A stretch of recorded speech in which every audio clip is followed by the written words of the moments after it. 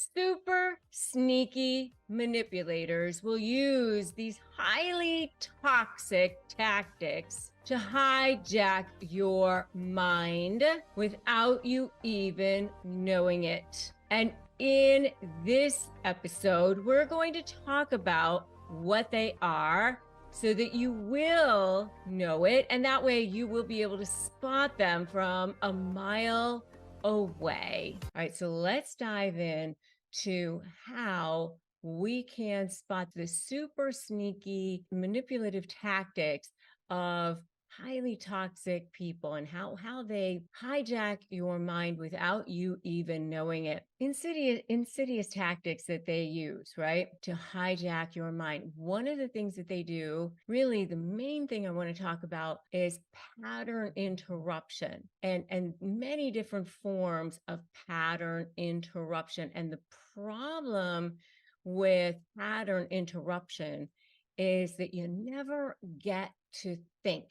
You never get to think straight. And what is pattern interruption exactly? And what it is it disrupts your established pattern of thinking. You start to think, you start to have a thought process, and you want to be able to get your thoughts going, and they don't let you. It's almost like a mental speed bump. You're going, you're moving, and then they stop you. And there are many different ways that they stop you. Obviously, just interrupting you in general, interrupting your talking, and they go, no, that's not it. So, of course, that's a way of interrupting you. And it's almost like behavioral traffic, just stopping you and making you stop, right? Of course, that makes you stop. But when you're dealing with toxic personalities, pattern interruption can be used in a number of different ways, creating something that we call cognitive dissonance. And it throws you off track. And it's about taking control of the conversation. It's about setting boundaries. It's about taking control of your mind and throwing you off balance. And when this happens to you over and over and over again, it actually is a form of gaslighting. And it's basically being told your feelings aren't valid, your perceptions aren't valid, and your viewpoint isn't valid. And it's really an overall attack on you. It can happen over and over and over again, so that you lose your footing, you lose your ground, and it can happen in a number of different ways. And what I want to explain to you about this over time is cognitive dissonance is something that can actually over time be a phenomenon. And I want to explain what that is. It can make you feel utterly confused over time, so that you no longer even trust your own mind after a while. You actually feel like your own mind is distorted after a while, so that you now are starting to trust that other person's mind more than your own. And you start to not even trust your own senses after a while, and perceive that maybe you are correct. I don't know. And it's utterly traumatic. So that when you are going to negotiate, and you go stand at or sit at the negotiation table, you are not sitting at a table where you feel equal to the other person. So very few people understand the impact that narcissists have on the people around them. The majority of people see two people sitting at a table, and they don't understand that the person who's sitting across from that other person really may not be mentally strong. The other problem with it is that the other psychological trauma that can be caused is something that we call CPTSD, which is something I think is even potentially worse than PTSD. PTSD is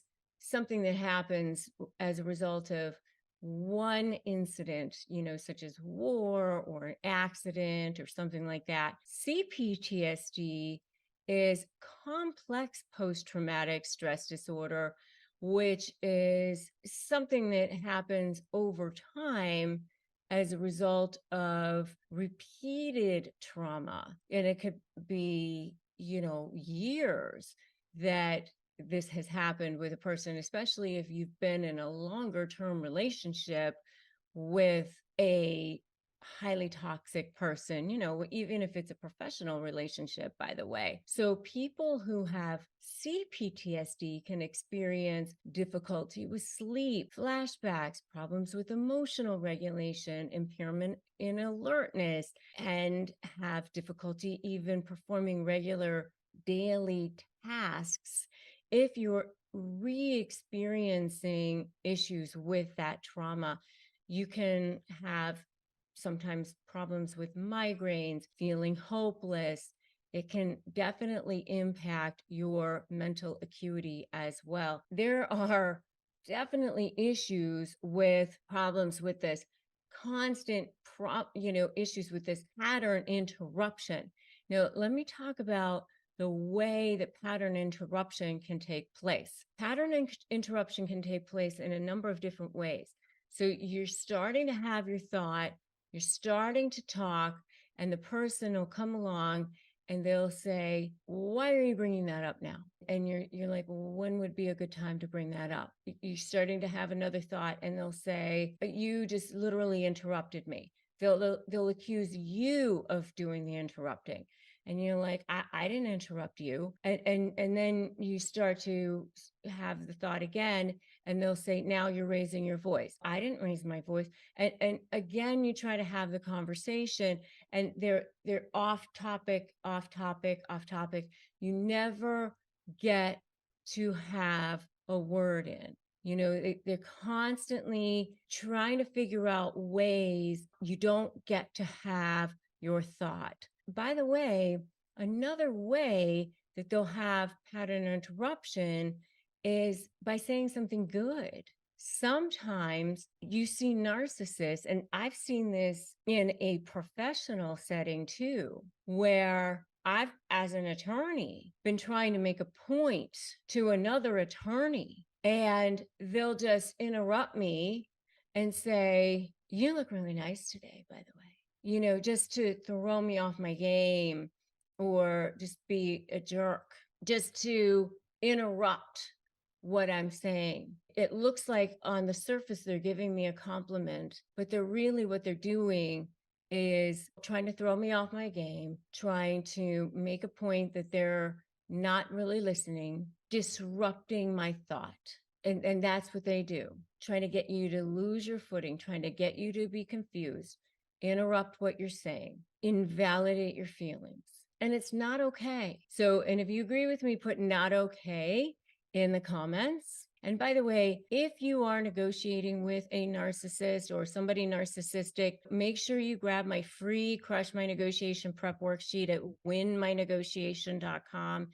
It's a free 15-page ebook, winmynegotiation.com. And if you need additional support, go to my free Facebook group at Narcissist Negotiators with Rebecca Zung. And I do have a sponsor on this channel, which is BetterHelp, which you can go to betterhelp.com/Rebecca Zung to get that help. It is a sponsor on this channel, which means we receive commissions. We have vetted them.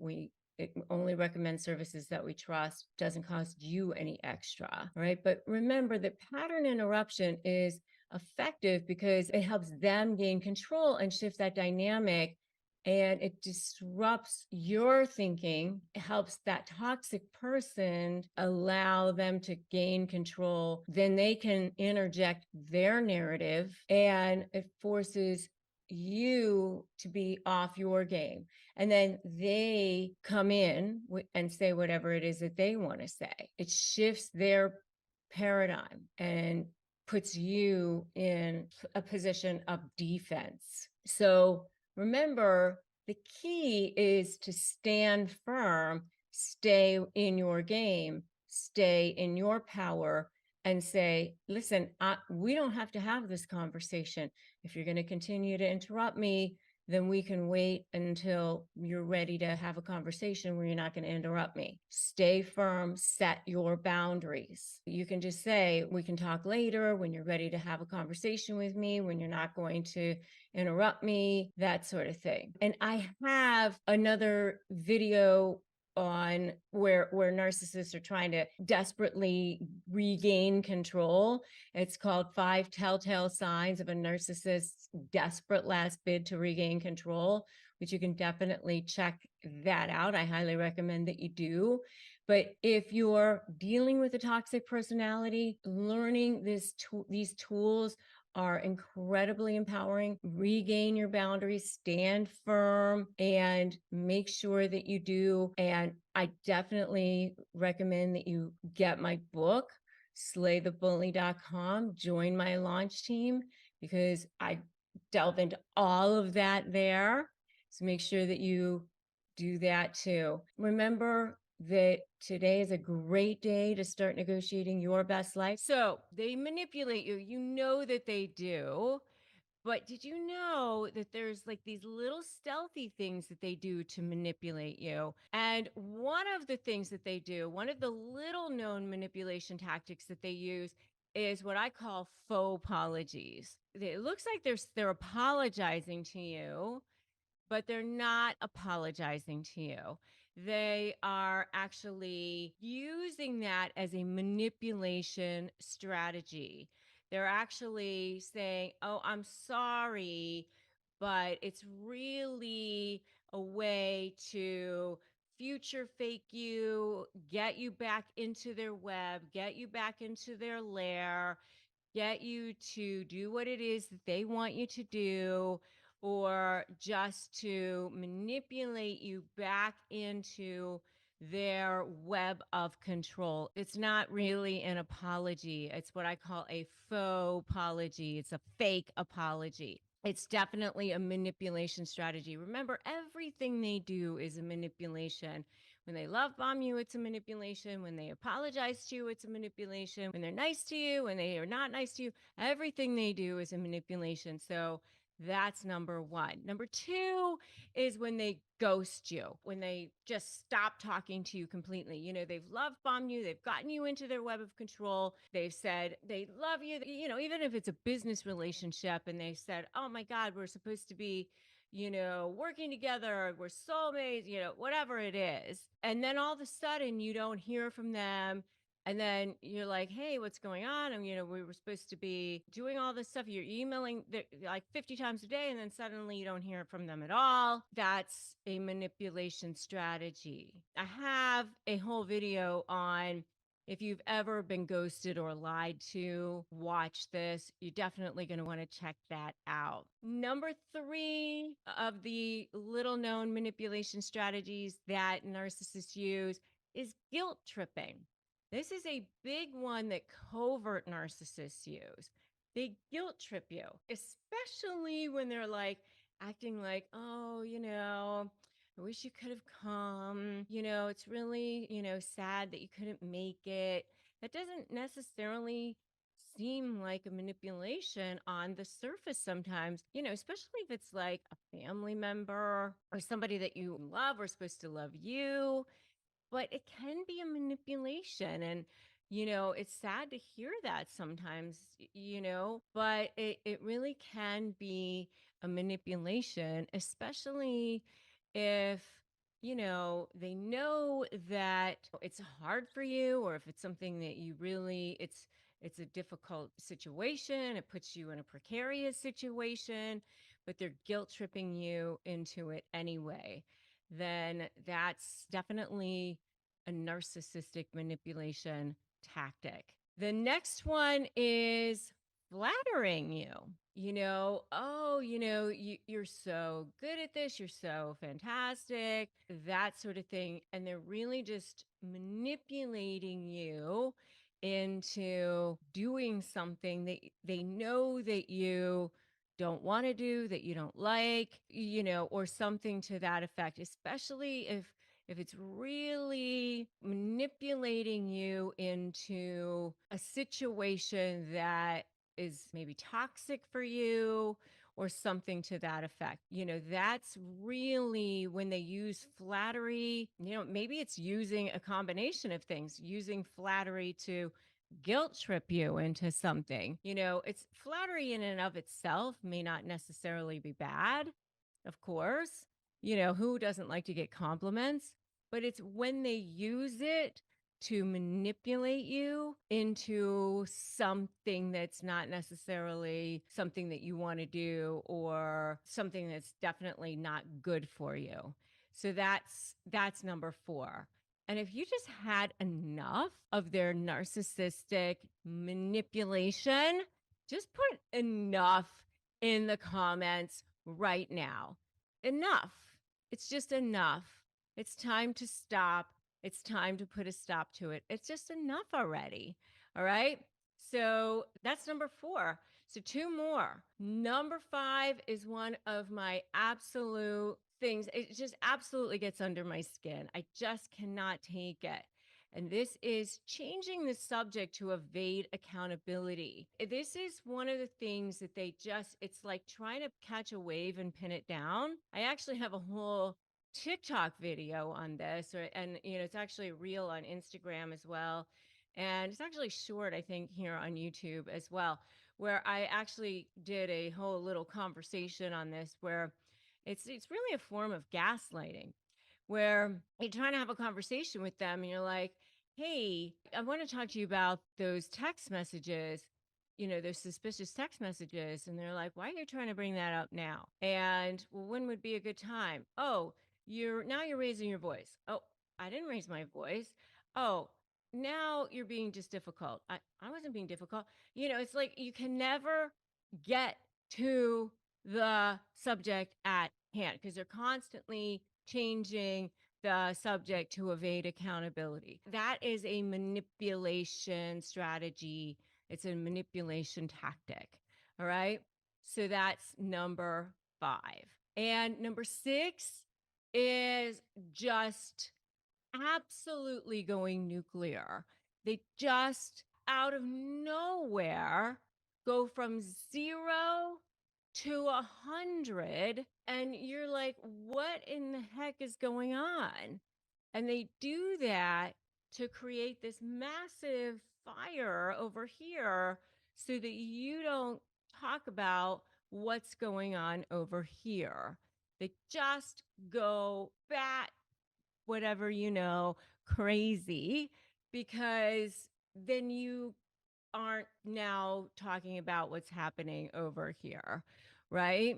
It's now like this is the news instead of this being the news. And tactics that narcissists use to get people to comply. So one of the ways that they do is they start off by love bombing you. They start mirroring you. They become like you. They want you to think that they're just like you.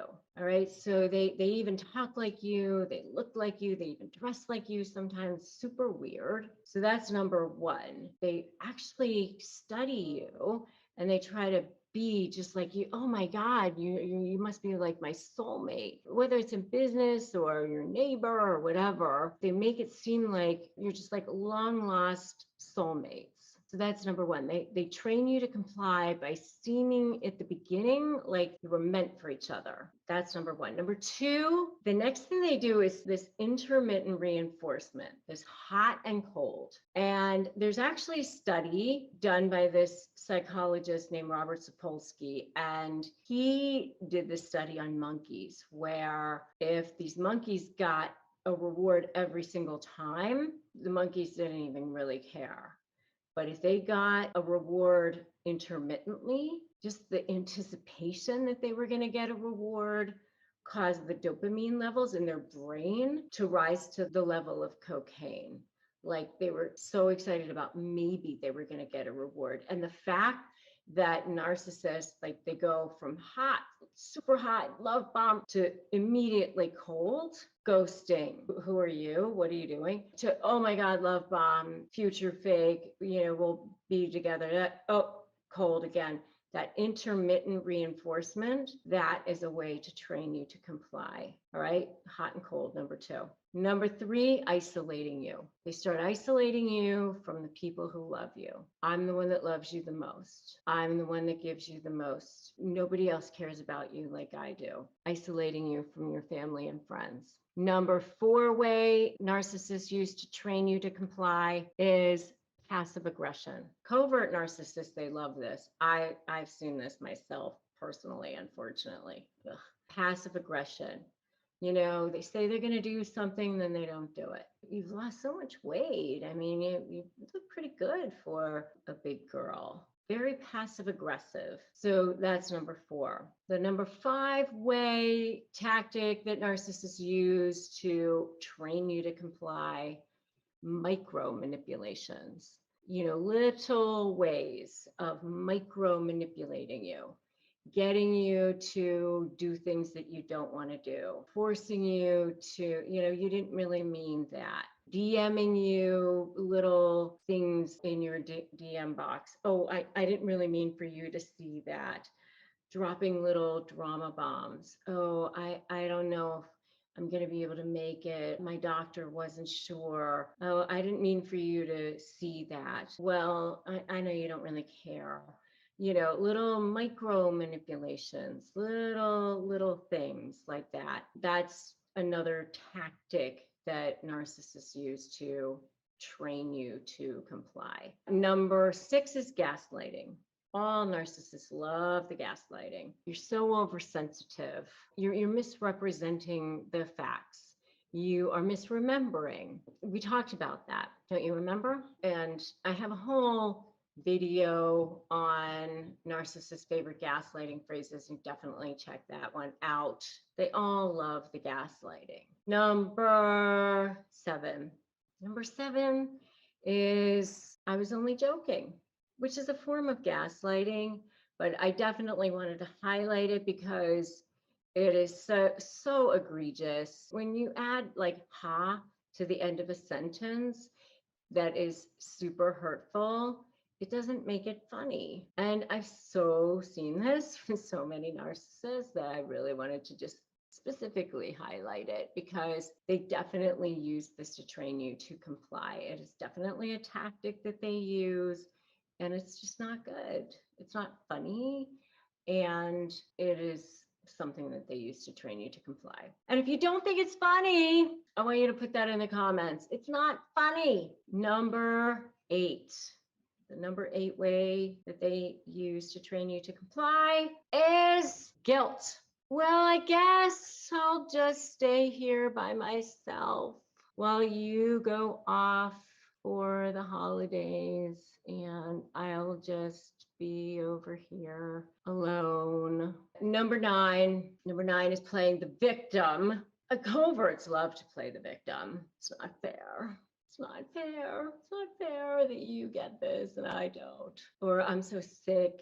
Or things never go my way. Life is terrible to me. We all have our lessons in life. We should not be playing the victim.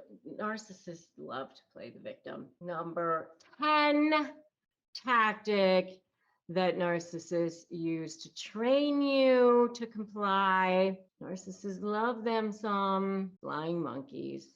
They love their flying monkeys. They love to use the flying monkeys because then you feel bullied. They're armies of people lined up so that you feel like everybody is ganging up on you.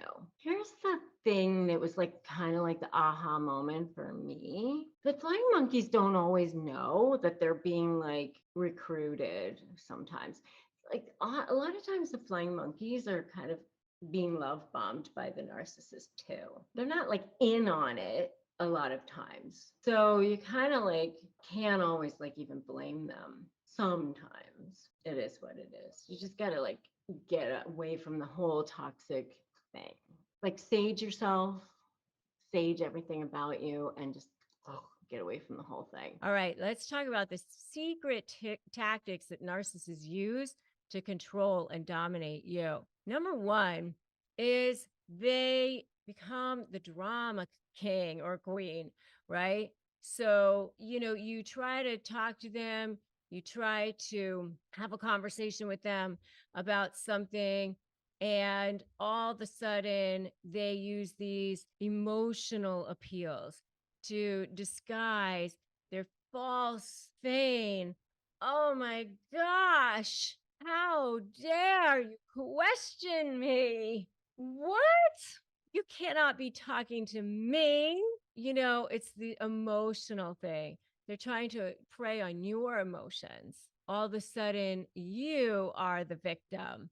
You are the one. Or they might use fear, by the way. This is, what are you doing? And a lot of times they know that you're afraid of them too.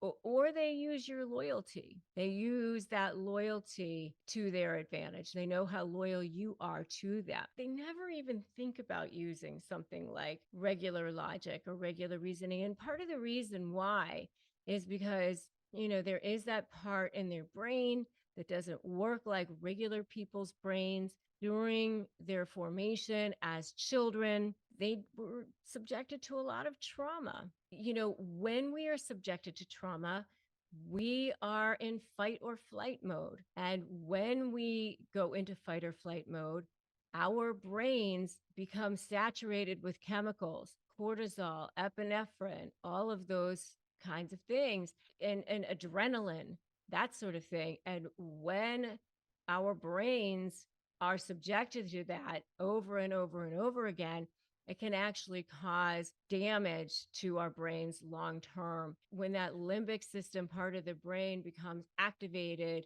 as adults, then that's what takes over. And that's what happens with narcissists. They are presented with stimuli in adulthood where they feel like they are being attacked. And then that narcissistic rage, so it's called narcissistic injury. And then when that narcissistic injury becomes triggered, that narcissistic rage comes flying out and they think that they are being attacked in some way. It could be just the slightest little slight. They heard a tone, they saw a look, they felt something. And so they don't process things in the same way that we process things. Just remember that when you're dealing with a narcissist. All right, so the second thing is this everybody nobody. Remember, they see things in black and white. Narcissists don't see things in grays. You're either for me or you're against me, or everybody or nobody. Everything is all one way, one thing. And remember, when that narcissist brain takes over, then that's how they think, right? But one of the things that they do is they like to make you think that, especially during the discard phase, that everybody's lining up against them and nobody's going to be on your side. And so that they've got this whole army of people on their side and no one's going to be on your side. And so they start making you feel that way right from the beginning. And so right from the beginning of that discard phase, they will say things like that to you. So they're called those flying monkeys, and they want you to feel like that's what's happening. All right. So that's the next one. The next one is, what I call the judge and jury. This is where they will start to say things like, prove it, or they'll say, I'm recording this conversation, or I'm videotaping you. I'm going to have to videotape you because I can't trust you, or are you recording this conversation? They want to prove things all the time. They need to prove things, or they want you to prove things, or they'll say that they'll assert that a point is proven innocent until proven guilty, and they love to take credit for things, and I'm right unless you can prove me wrong, that sort of thing. But they don't act the same way with you. You're not trustworthy, of course.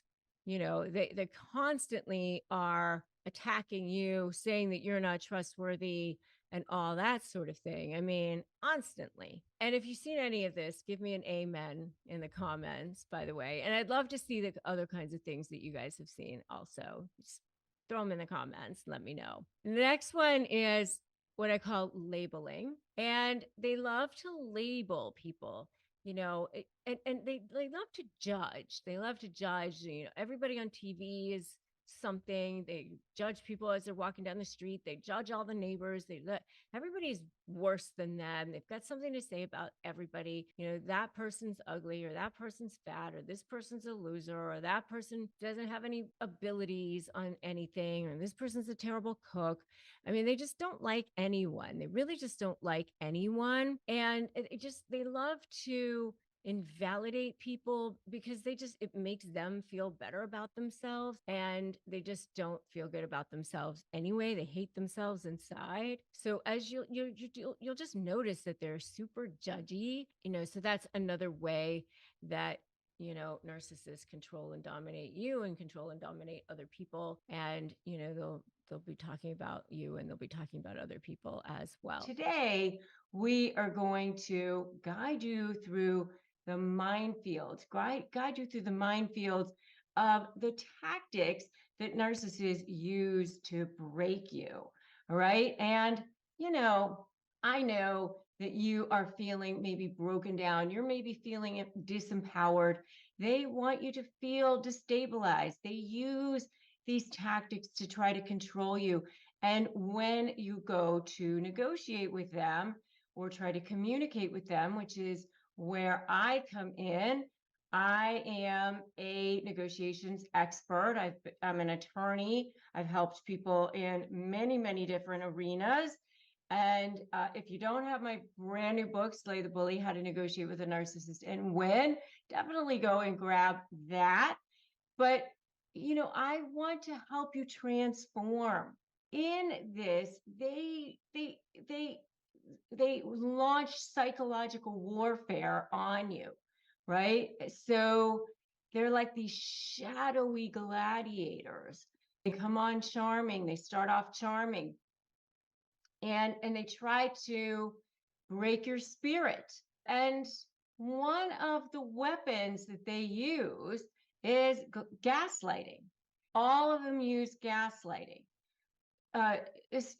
Even covert narcissists, especially covert narcissists. And how that will show up is in many different arenas. In my book, Slay the Bully, How to Negotiate with a Narcissist and Win, I actually talked about so many different forms of gaslighting. When I went to go start writing the chapter, I thought, wow, there are so many different forms of gaslighting that I could actually write an entire book just on gaslighting. I didn't even realize, as I started writing about it, how many different forms of gaslighting there are until I started writing about it. And what gaslighting is basically a way to make you think that you are crazy. It's a way to make you think that your reality is not your reality. What you're seeing is not what you're seeing. What you're hearing is not what you're hearing. What you are feeling is not what you're feeling in any different scenario, whatever it is. So, it might be, we had that conversation, don't you remember? And you're like, we never had that conversation. Or it might be you're too sensitive, so what you're feeling is not what you're feeling. It might be any way to distort your perception so that you're doubting the ground upon which you stand, or the feelings that you're feeling. So that you start to literally doubt yourself. Your brain is foggy and you really don't feel like yourself anymore. And it's vile and it's venomous. And it's a way to take control of you. because that's what they want to do.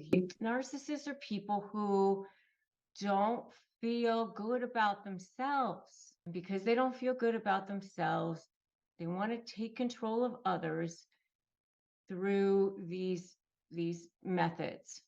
They are very fear-based individuals. They're very insecure individuals. And so they use this method, and it can be in the form of passive aggression, or it can be in the form of withholding. It can be in the form of you're looking at a text message that looks like somebody is being flirtatious. You're reading too much into this. So, it's anything that makes you look like you are doubting your reality. And that's what gaslighting is. The next form of psychological warfare tactic a narcissist uses to break you is triangulation, where they basically play puppeteer or marionette. They're taking a marionette and they manipulate relationships to create this web or line up armies to isolate you, make you feel bullied, make you feel like you are the only one who feels a certain way. And, as a child, I was bullied. And, so this is something that is very triggering for me, that's for sure. And it's, it's to make you feel like you're the only one who thinks this, or everyone's going to believe their lies. And it's, to make you feel like you might as well give up because, what are you going to do? You're never going to win. The cards are stacked against you. So what are you going to do? It's extremely deflating. It's defeating. It's a smear campaign, and you definitely see this in the discard phase. But many times with covert narcissists, they start seeding this triangulation even long before you even know that it's happening. I mean, they might start saying, "Oh, I'm so concerned about Johnny, concerned about his drinking, just worried about him, just worried, just so concerned." And they put it in terms of care or concern so that people think that they're such a good person. They're really manipulating. They're really actually smearing. So that's, a way that they will start triangulating. And another form of tactic that a narcissist will use to break you is projection. They project and cast their own flaws onto you or others in a twisted sort of mirror game to take whatever is going on with them and project it and put it onto others. So because they don't want it to reflect back onto them what's going on with them. So, that's another one. And then, there's always this love bombing and devaluation cycle as well. Love bombing, devaluation, love bomb, devaluation, which happens throughout the cycle of a relationship until you get down into the discard.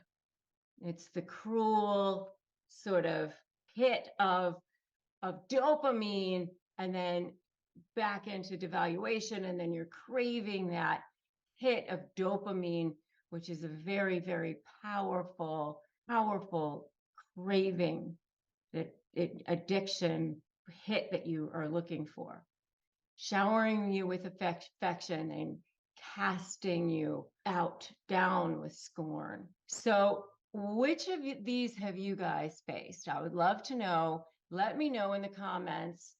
Tell me your tale. Tell me your battles in the comments.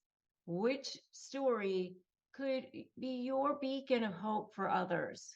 Tell us in the comments below. And picture, this, a client during negotiations has ruthlessly been gaslighted, facts twisted until they're doubting their own sanity, they're doubting their own reality. And then I step in, not just as their lawyer, but trying to help them with their reality, reminding them of what their reality actually is. We strategize, we document, we ground them in their truth, in their reality, and we triumph. Have you ever felt that grounding of reality shake beneath you, and then you needed to find your footing again? Has that ever happened to you? Your insights are so invaluable. Share them below. Share them below. Triangulation can be so disarming. And if you need an ally, you need that ally, and but you're suddenly feeling like you're alone. Remember that knowledge lies in power, in having that, you need to have that power behind you, right? So having that battle plan is so important. That's why I wrote my book, Slay the Bully: How to Negotiate with a Narcissist and Win. That's a battle plan for you. Tactics: spot them, stop, stand strong against these assaults. Facing smear campaigns can feel like you are stuck in quicksand, right? So you need to have the right words. You need to have a lifeline. And I've curated potent phrases for you to disarm any narcissist, leaving them speechless. So if you want to know what they are, get my free phrases for disarming narcissists. You can get them by clicking the link on disarming narcissists. Just go to disarmthenarc.com and get them. They're totally free. And that way, if you're ever at a loss for words, you'll have them. And I would love to know which is your favorite, right? Share your favorite phrase with us in the comments. Your wisdom is a torch for so many who are stuck in the dark. So let's kick off this with gaslighting. Gaslighting is one of the biggest manipulation tactics that narcissists use. All narcissists use it, whether they're covert, whether they're grandiose, whether they're the overt kind, whether they are the malignant kind. All narcissists use gaslighting to manipulate you.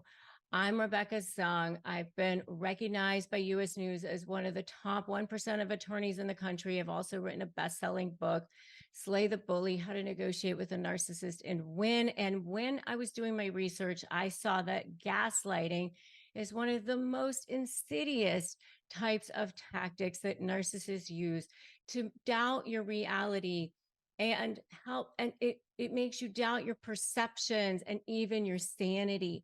They might say things like, you're too sensitive, you're overreacting. This actually came from a movie in the 1930s. I think it was even a play as well, where the husband was actually blowing out gas lights and saying to the wife, and the wife would say, wasn't that just lit? And the wife would say, wasn't that just lit? And the husband would say, no, it wasn't. And like literally was making her doubt her reality. And that's what it is. There has a huge psychological impact. So another example of that would be, where a husband is saying, I'm going away with my friends, for the weekend.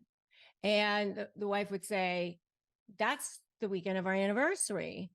And the husband would then realize, oh, I totally screwed that up. And so realizing that, he would turn around and say, oh, well, we talked about that and you agreed. Don't you remember? Because he's, just trying to cover his tracks. And she would be like, we never had that conversation. Oh, yeah, we talked about that and you agreed. I mean, that's the kind of thing that they do to just try to cover themselves. They just quickly on their feet push it back on the other person so that to try to make them think they're crazy. They're really, really good at that sort of thing. And it's a very subtle art form, but they're excellent at that. Oh, you didn't let me finish my sentence. I was just about to say blah, blah, blah. And, that's another very typical kind of thing that they'll do, just to make you think you're the one who's crazy, to kind of change their story all the time. I always say it's sort of like trying to catch a fish, trying to hold on to it, but it always sort of slips out of your hand, right? Because you can never quite grasp them. So it's a very, very difficult art to grasp, but they're excellent at it. It's like they're artists in a way, but it's designed to make you think you're crazy. But it's knowledge is power. Knowledge is power. Once you start to see it, once you can look at it and you can step back and start to see them almost like they're a third party, just start to think of it as reporting the news, or I start to say like they're a toddler having a tantrum on the floor, just, almost like you're holding a microphone and you're just looking at them and go, oh, I see that this is happening now. Knowledge is power, right? And I'm here to empower you. So, that's why I wrote my book. And that's why I'm here giving you free resources every single day, because I want you to take your power back and see that authentic, true, higher self that lives within you, the one that God, your higher self, created you to be. Or, if you don't believe in God, just know that there's a higher self within you. I mean, but I believe that there is a higher power that created you and that lives within you. All right. So just know that's, I believe, why you're here. And that you were created for more. That. So the next one is another way that they train you to be suppressed is undermining your achievements.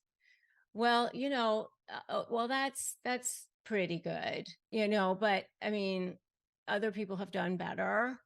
Sure. Or I helped you get where you are.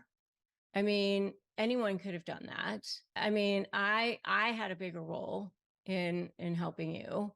Well, that's, not that great of a thing. I mean, what are you doing? You're just doing some crafts or, you're just whatever. I mean, like they'll belittle whatever it is that you're doing. They don't make it like it's that big of a deal. He went to jail once, or he, whatever it is. I mean, they'll look at whatever it is that you're doing and find some way to belittle it in some way. Okay. So understanding how they undermine you and your achievements empowers you. Let it be your power. Use that. Turn around and say, you know what? Say underneath your breath, you know what, buddy? I haven't even started yet. You see that? It's just the beginning. Resist the suppression. Know that it comes from their jealousy. Their opinion doesn't matter. Take the opinions of people who matter. Rumi said, set the world on fire. Seek those who fan your flames. Look for people who are going to throw logs on your fire, not throw water on it. The next thing they do is they isolate you from support. They say, oh, no one else loves you. Only I do. That your family members, they think you're crazy. That person, they don't really care about you. Oh, you're better off without them. Recognizing that type of tactic, it's crucial because you need to maintain a support system and resist being isolated. Go do things with friends. Go join book clubs or whatever it is. And by the way, I have a support group, Narcissist Negotiators with Rebecca Zung. It's a huge support group, and make sure you check that out. And also, I have phrases for disarming narcissists, for effectively disarming narcissists, disarmthenarc.com. Links to both are in the description below. Make sure that you grab the disarm the narc phrases and join my Facebook group as well, because you're going to want to do that. And I would love to know which of these suppression tactics you've experienced the most. Let's start a conversation. The next one, number 4, is controlling your narrative. Controlling your narrative. They're masters of controlling your narrative. They control the story. They rewrite history. They suit their agenda. They might say things like, that's not what happened. You're remembering it wrong, right? Have you heard that before? That's not what happened.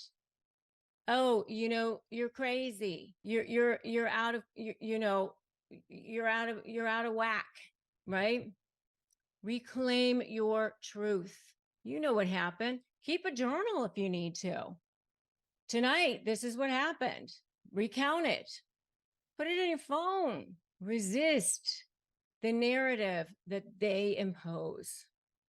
Resist. Next thing is they create dependency on them. It's another way they train you to suppress. You can't do this without me. You need me to succeed, right? What would you do without me? Understanding this tactic empowers you to build your independence. You don't need them to succeed. You don't need them to succeed. You're here. You can have a conversation. You can go out and do things. Anything you can conceive, believe, anything you set your mind to. I went to law school with 3 little kids as a single mom in my 20s, 100% on student loans. I did it all on my own. You can too. All right? Build your independence, resist reliance on that narcissist. The next thing they do, number 6, is withhold affection. They use affection as a tool for control, even sex, by the way. They withhold love, they withhold approval, they withhold sex. It makes you compliant. It's a way of saying, you know what? You don't deserve my love right now. It's a way of saying, you know what? You come to me. You need to earn it. You earn being in their space. It makes you work harder. And for people who've had their own trauma, you're like, I'll be the good girl. I'll be the good boy. I'll be the good one. You'll see how good I am. And it's a way for you to feel like if you're a pleaser, that's how that symbiotic relationship starts. And recognizing this allows you to start to see it. Then you can start to create healthy boundaries. That's step 1. Don't run. Create that boundary. Start to see it. That invisible shield comes down, and you can step back and say, you know what? I deserve respect. You condition people on how to treat you. You tell people how to treat you. And yeah, they're going to be unhappy about it at the beginning, but you can take baby steps with it. You can start by saying, you know what? I can see that you're angry. I can see that you're upset, but we can continue this conversation when you're ready to be calm. And that's okay. Resist that emotional manipulation. So those are 6 ways that narcissists train you to suppress your emotions, suppress who you are. And the true self that's in you, the higher self that's in you, the authentic self that's in you is saying, you know what? Your soul self is saying, you know what? It's time to come out. It's time for you to blossom. It's time to be who you are meant to be. And that self is the self that can help others. That's the self that can actually be of service to others. That's the self that once you heal can turn around and actually be who you're meant to be. And you know that you were meant to be more. You know that because that's why you're here. You know that you're saying, wait a minute, I know I was meant for more. I was meant for more in the world.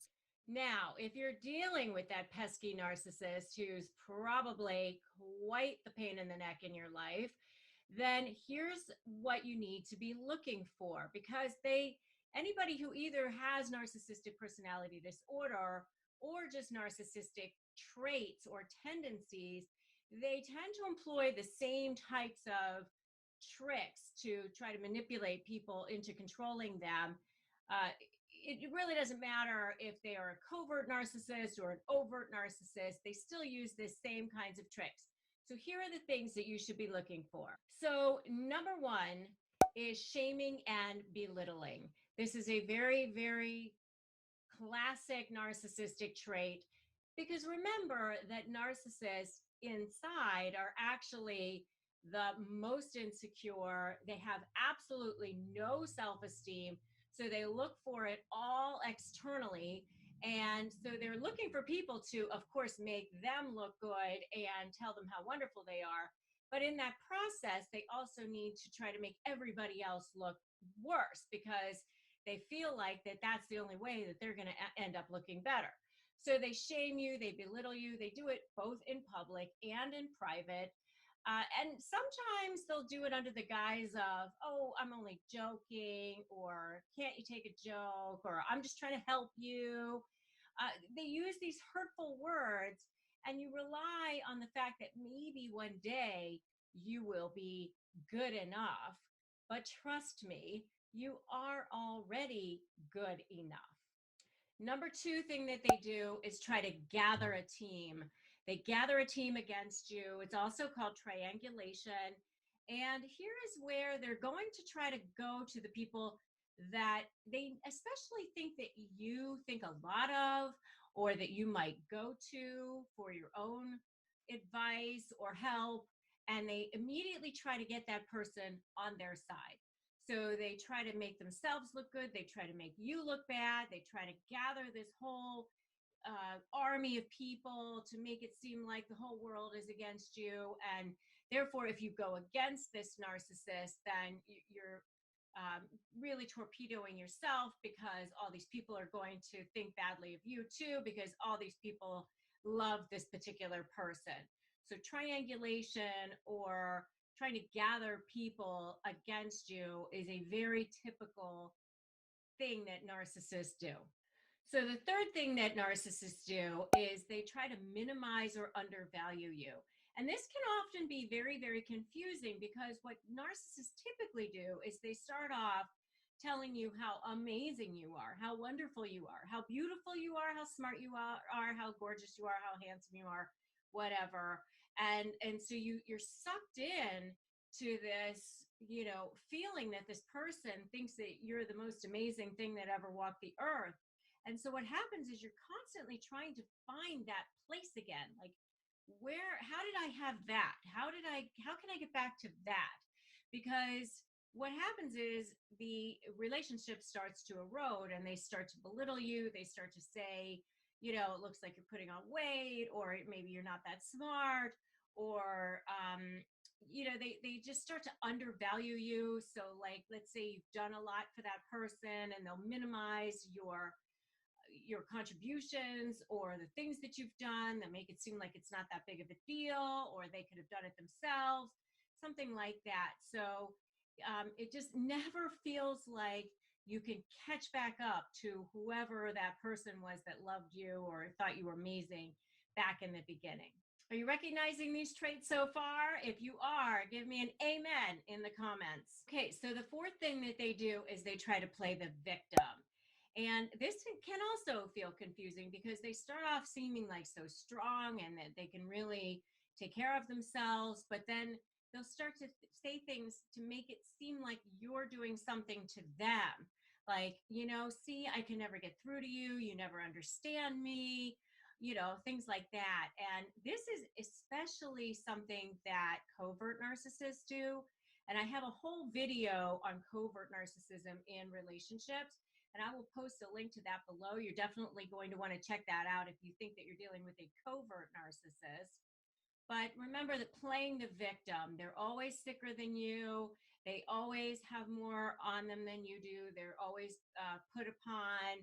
And oftentimes you're the one who's doing it, or it's your fault for not doing enough or doing too much or whatever.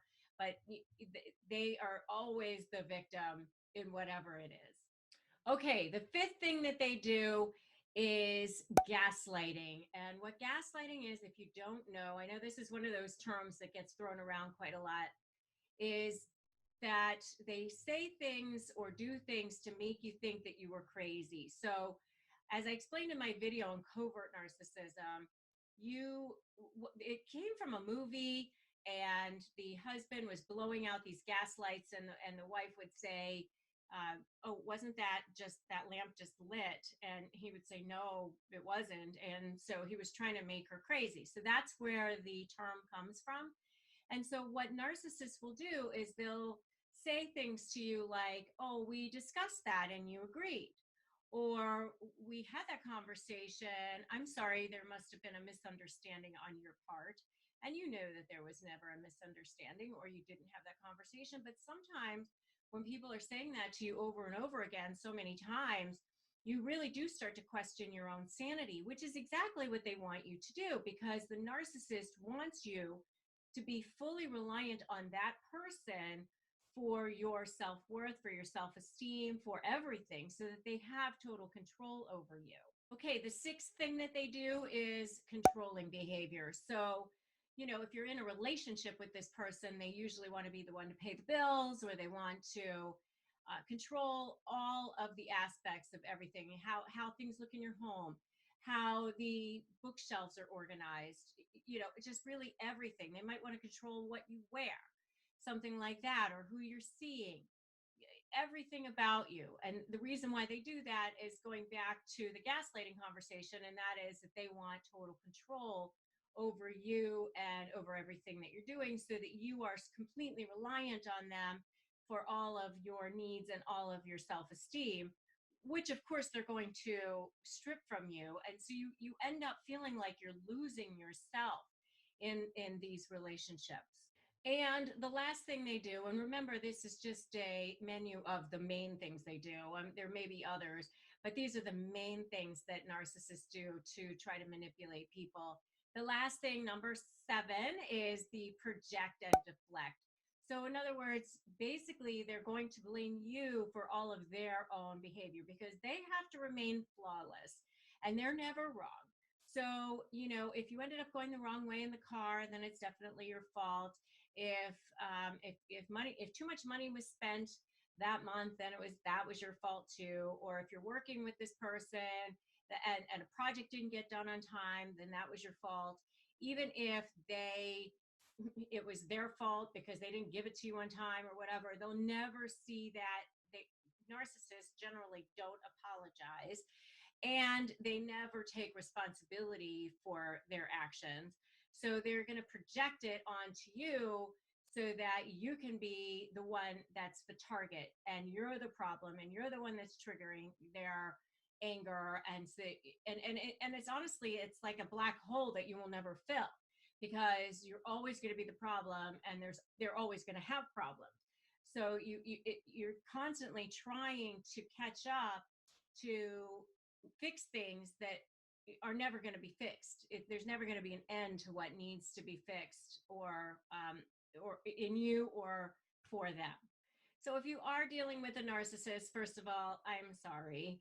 I've been there too. It totally sucks.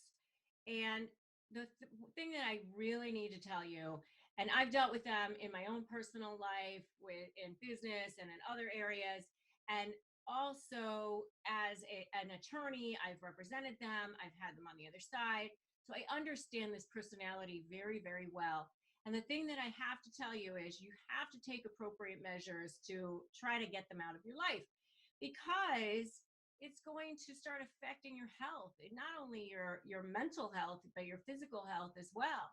I mean, it's so difficult to get over having this person in your life. It's almost like having PTSD. So, I mean, your cortisol levels go up, you get ulcers, heart attacks, all kinds of things can happen to you. So you've got to start figuring out a way to get this person out of your life. So, whether it's going to be physical barriers, whether it's a divorce, whether it's, find a different job, or whatever it is that you need to do. But I would try to work this person out of your life, whether it's distant, maybe you limit the communication in a certain way. Maybe you create barriers that you need to in order to protect yourself. But do what you need to do to protect yourself from this person. So let's talk about the tactics that narcissists use to manipulate and punish their victims.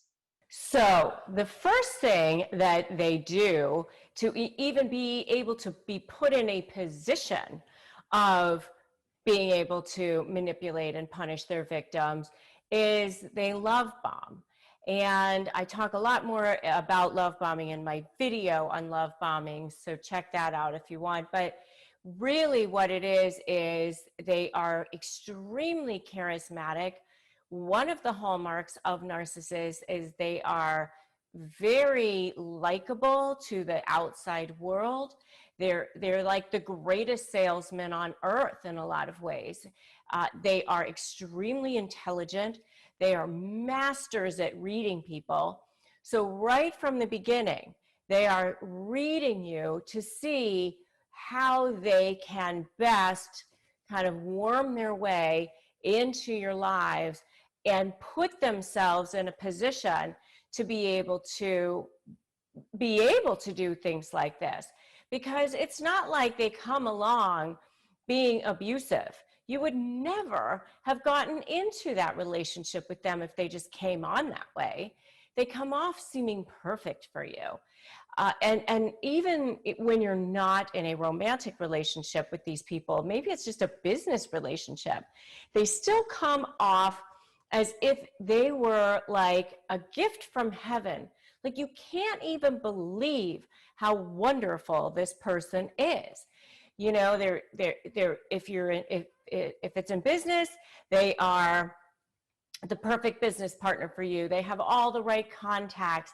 They can make all the right introductions. They can put you in incredible places, and you will elevate your career by being with them. So that's that. And you know, if it's a romantic relationship, obviously they're perfect for you in every way. They have the perfect job. They take care of you. They say how amazing you are. If you're a guy, you're the most handsome thing they've ever seen, a total Adonis. If you are a woman, then you're the most beautiful woman they've ever seen. They can't believe how perfect you are for them. They've never had another soulmate like this. They've never even been in love before until you came along. I mean, whatever they need to say in order to suck you in to be. And so that's really one of the first ways that they manipulate and punish to start being even in a position to manipulate and punish their victims is that love bomb stage. The next thing that you'll notice, and these are in no particular order at all, but one of the ways that they manipulate and punish their victims is by ghosting them. So now all of a sudden you can't get in touch with them. You know, they've been texting you for days on end, 20,000 times a day. And now when you want to call them out on something, or you want them for something, or you need them for something, now all of a sudden they can't be found. They aren't there. And then when you question them on it, it was, oh, I was busy. How dare you? I'm working, or something like that. Or if you're calling them out on something that, you know, maybe that, you know, you are questioning them on, maybe they're speaking to somebody else that they shouldn't be, they've been particularly flirty or something like that, then, you know, they'll start ghosting you. Like they'll just totally ignore you. And that's one of the ways that they punish their victims. And if you want to know more about ghosting, check out my 101 series, my Narcissism 101 series. I have tons of videos in there about all the different terminology that you need to know, and ghosting is one of those videos, so we'll make sure that we drop a link to that below as well. Another thing that they will try to do is they will start trying to make you jealous. And, you know, sometimes this is called triangulation. Sometimes they just are lining up flying monkeys to be against you, but they're talking to other people. They're trying to make it seem like they have a better relationship with other people, or these other people are better than you in some way. They're starting to put you down. They're starting this like little subtle devaluing starts. And if you want to know more about devaluing, check out my video on devaluing. But this is where the subtle devaluing starts, where you start to go, gosh, that didn't feel right. That didn't seem right. And a lot of times, especially with covert narcissists, and there's a whole bunch more on this in my video on the covert passive aggressive narcissists, who are my personal ones that I hate the most, because I've had to deal with them in my own life and fell prey to a couple of them in my own life, which I never will again because I know so much about narcissism now. But one of the things that they do is like these little subtle drip, drip, drip things that are so small that you like, do I even say anything about this? Or maybe I'm making too much of it. Maybe I'm just going crazy.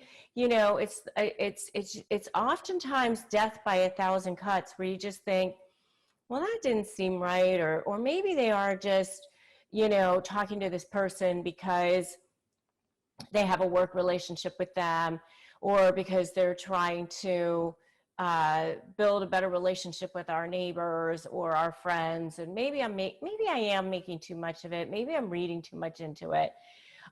Or maybe I'm being overly jealous, or, you start questioning yourself as to whether or not you're kind of blowing it out of proportion, because that's what they'll try to make it seem like you're doing, is blowing it out of proportion. And the next thing that they do to manipulate and punish their victims is gaslighting.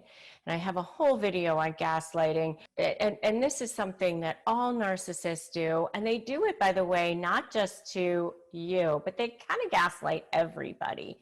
And that is, it's a huge way that they get along in the world.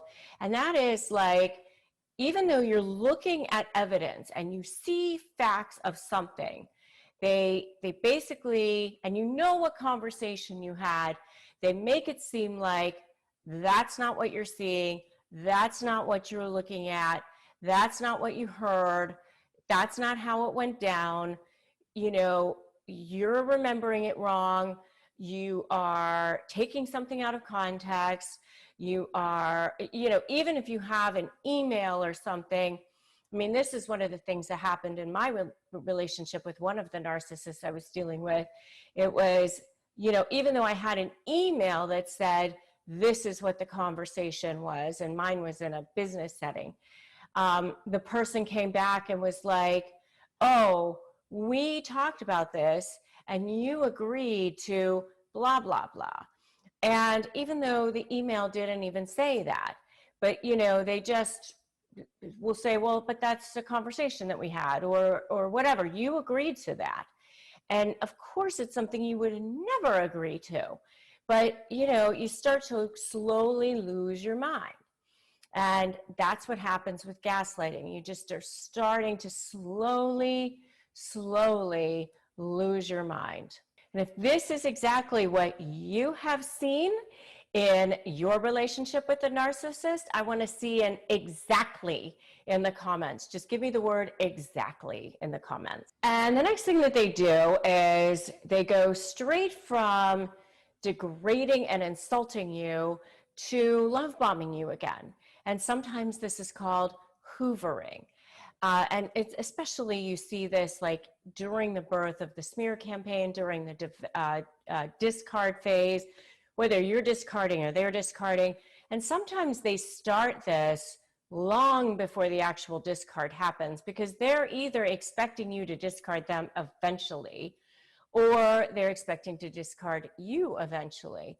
But they go from this heinous beast of a string of insults and the gaslighting and the intimidation tactics and all of these manipulation tactics that, I talked about, the passive aggressiveness, on and on and on, to, oh, but, we've always been able to get along, we can work this out, or even if it's, we can come to an agreement, when you're in the middle of a divorce, all of a sudden they become your best friend. All of a sudden things are happening that are completely confusing you.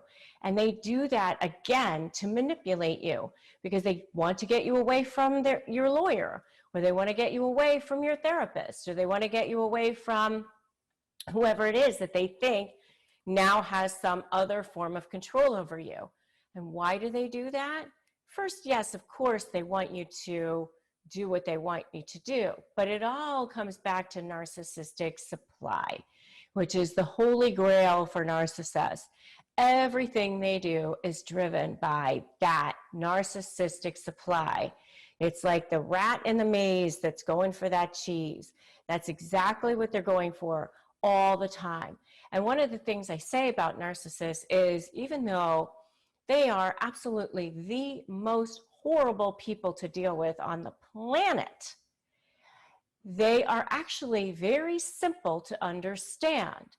And once you get them, once you figure out that everything that they're doing is to keep as much narcissistic supply as they can possibly get, and you're just part of that scheme and you're part of that manipulation, and if you are in their zone of world and you even could possibly continue to be a source of supply, they're going to keep you around.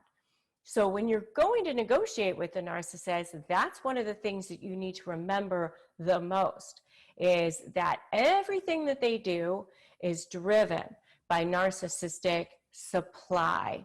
So this is by no means a comprehensive list of all of the things that they do to manipulate and punish their victims. I mean, certainly in a divorce setting, they do all kinds of things like weaponize the court system, use children as pawns, ignore court orders, ignore requests to produce, not produce financial documents, on and on and on. Intimidation, threats of violence, lying, stalking, all kinds of things I've seen in the divorce cases, which they do even in dissolution of business settings or dissolution of business partner settings.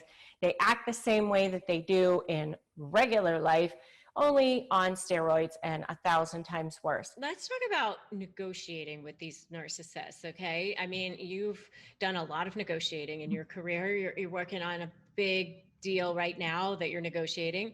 Mm-hmm. So, and I'm sure you've come across a narcissist or two on your path. So what would be your best advice for people who are dealing with that? Yeah. Well, wine. No. Yeah, wine. She doesn't mean the WH version. She means the WI version. A good Pinot Noir. So I got, a couple of pieces of advice. So one, assume everyone is biased going into any negotiation, right? Number two is, I always like to win over the narcissist. And so a narcissist has a large ego. And so I do a ton of research. I look at the news on this person, go beyond page 1 of Google. So I'll put their name in, look at the news tab. I look at the video tabs. I look at their photos. I look at all their social media. And very clearly you begin to see where that person finds their significance from. And then in a negotiation, one of the biggest things to understand is that your biggest adversary can become your biggest ally. So appealing to their ego initially can be a great tactic, but if that doesn't work, I have found that you have to go the next level, which is asserting your power. Because at the end of the day, and Rebecca's the expert, not I, but you are 100% right. Yeah. Many years ago, I actually worked in the federal correctional system in Canada. So you can't tell me that a lot of criminals are not narcissists, right? So I do have my fair share of experience there, but at the end of the day, a lot of narcissists have endured their own form of trauma. And one of the reasons they're trying to assert dominance is because it makes them feel safe. But they are also used to being on the receiving end of dominance. And I would just say, don't give away your power. don't give away your power whatsoever, but understand that they're going to, whether it's, going back to the social media piece or whatever it is, they're going to be biased. And you, as long as you go into the negotiation knowing they already have these biases, that's going to help you tremendously. And don't take it personally. I mean, I have wall kicking moments. Sometimes, I'll come, I'll be in my yoga class, Rebecca, and I'm like thinking about something that's going on. I'll get my card. I'll be like, but at the end of the day, don't take it too personally, because there are other things that are more important, like having dinner with your children at the table. Absolutely. And you can't take it personally because it doesn't have anything to do with you, really. I mean, they're going to, wreak havoc and destruction on anybody that's in their path, But I want to go back to something else that you said as well, which is, standing up for yourself and basically becoming more powerful. Because a lot of people, they think, oh my God, I don't want to do that because, what they're going to do. I'm just so afraid of what the backlash is going to be or what's going to happen if I do that. But what I point out to people is it any good now? Is it good where you're just trying to go along to get along and they're just trampling all over you and using you as a doormat? That's not good either. So what would you rather have? Because it's not going to stop unless you do something different. So I want to go back to what you were saying, which is once you become more powerful, there's a shift in them as well. And yeah, sometimes they become worse. A lot of times they become worse. But then what happens on the other side is they get better. I mean, is that your experience as well? It definitely is, because the narcissist bent is about dominance, right? And when they can no longer dominate you, they usually get bored. There is, we see it, especially in certain sectors as well, where they might be a more, male dominated sector, as an example. So sometimes, narcissism can appear like sexism, as an example. But standing up for yourself, that's one. Number two is from the vantage point of not taking it personally. I love what you said. It's not freaking personal, that's the thing. But they are going to get tired of you when you start to stand up. But the only way, and if you're taking notes, write this down, the only way a narcissist will ever respect you, and they are capable of it, is if you stand up for yourself. And the other thing I want to say, if it's affecting your health and you're not sleeping and you're gaining weight or losing weight, or, whatever the case is, you're burning out your adrenals, then you need to step back. And the other thing I would say to you is mark yourself out of the office, step back, get your head on straight, go to your favorite place, wherever that is. One of mine is Sedona, and just step back from the situation. Because, and this is especially, I know, for women, but there's a acronym I want to give: HALT. H stands for hungry, A stands for angry, L stands for lonely, and T stands for tired. When we're emotional, we're irrational. So when I'm dealing with a narcissist, I'll step back and say, do I need to halt? Susan, are you hungry? Are you angry? Are you lonely? Are you tired? Then I'm going to sleep on something. And then I'm going to say, am I prepared to let this go? Or am I not? And what's the consequence of letting it go? If I let this go, is this person going to do that to someone else? In which case, then I'm just as guilty of that. Or is it that I was being over emotional because I was hungry, angry, lonely, or tired? And if that's the case, then I might let it go, right? So it's that self-awareness, Rebecca, right? That we all have to have, especially with narcissists, especially on social media, especially in our crazy, ever-changing world right now. Yeah. Oh, these are such good tips, such good points. So when you are in that spot of being hungry, angry, lonely, or tired, what do you do when you're in the middle of a negotiation at that point? Yeah, that's a great question because, I'm in the middle of negotiation right now. So one of the first things is I always give myself something to look forward to because, think about the last time. I know with COVID it's weird, but the last time you were looking forward to a vacation as an example, where as humans, if we don't have things to look forward to, that's when we can just, feel really lost and stuck and frustrated and exhausted. So the first thing I'll say is, do I have something to look forward to on the other side of this? And if the answer is I don't, I'm going to take a few minutes and I'm going to book something, whether it's a spa day or a retreat or time with my girlfriends or whatever it is. So that's number one. Number two is I am a big believer, and I'm sure you've heard it over and over and over again, in gratitude. So it's written that only iron can sharpen iron. And it's also written, it doesn't matter if someone's religious or not, but I believe it's in, I want to say it's maybe it's in Isaiah, but it's talking about some people are refined like silver's polished. So it's very gentle. It's like a hug. And some people are refined essentially in the fire of challenge. And so I'll look at it and I'll say, okay, what am I, how am I growing from this? As hard as it is to be grateful for the dealing with the narcissist, being able to do that and saying, wait a minute, there's a benefit for me too, because I'm going to get better. I'm going to get stronger. It's a lesson I need to learn. The third thing, and I can't emphasize this enough, is mentorship. Have a mentor for every area of your life. I have an AI mentor. I have a mentor that's just a business mentor. I have different mentors for different things. And I can just say, hey, can 15 minutes, and, they will help gain that perspective. The fourth tip that I want to give, it really comes back to your health. When I spent many years in the health industry. And so when our hormones are out of alignment, especially as women, when we're tired, going back to those things. So you're not going to be good negotiating anything if you're living on Doritos and Big Macs. It's just not going to happen. So going back to those fundamentals, are you getting your workout in? Are you drinking a gallon of water a day? Are you taking vitamins? Are you, doing all that good stuff and that self-care? And the last thing that I'm going to say is, have that one person in your life that they don't need to fix anything for you, but just that person that, much like you have to charge your iPhone, that's your docking station. For me, it's my husband. And I'll just say to him, I just need a hug. I don't need you to, he'll say, what's going on? I'm like, I don't even want to talk about it. I don't need you to fix it, Chris. I just need a hug. So those are my strategies, and they may or may not apply to you. But, again, I can't emphasize enough that, everything is just for a season.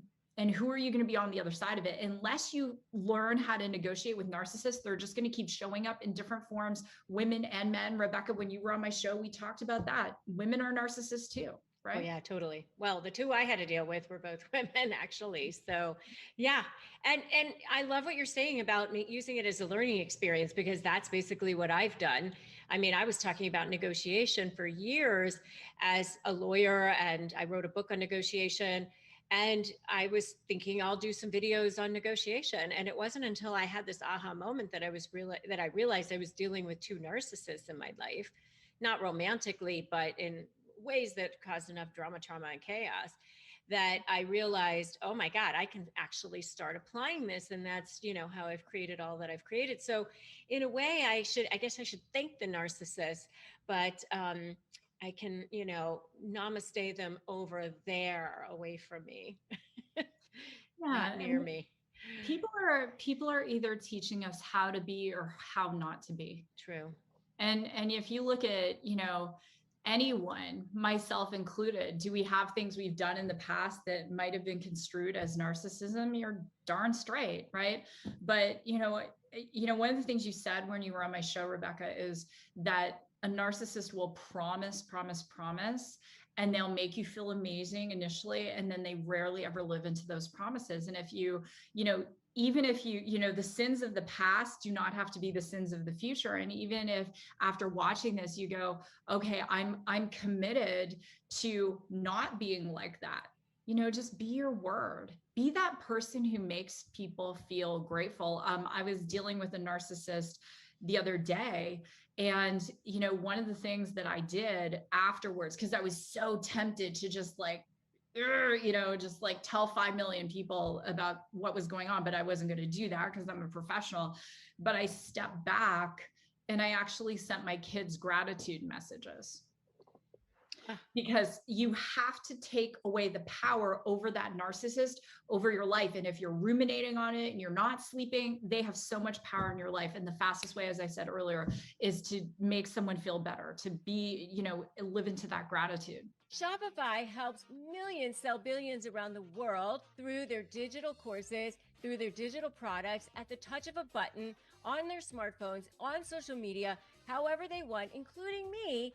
At shop.rebeccazung.com, you can access your store from all over the world, just a touch of a button from your smartphones. Start accepting payments. Everything you need to sell online, manage orders, and develop relationships in one place and look fabulous doing it. Shopify is the commerce platform that is revolutionizing millions of businesses worldwide, including my own, at shop.rebeccazung.com. So right now, what you need to do is sign up for a $1 a month trial period at shopify.com/bestlife, all lowercase. Go to shopify.com/bestlife to take your retail business to the next level today. Shopify.com/bestlife.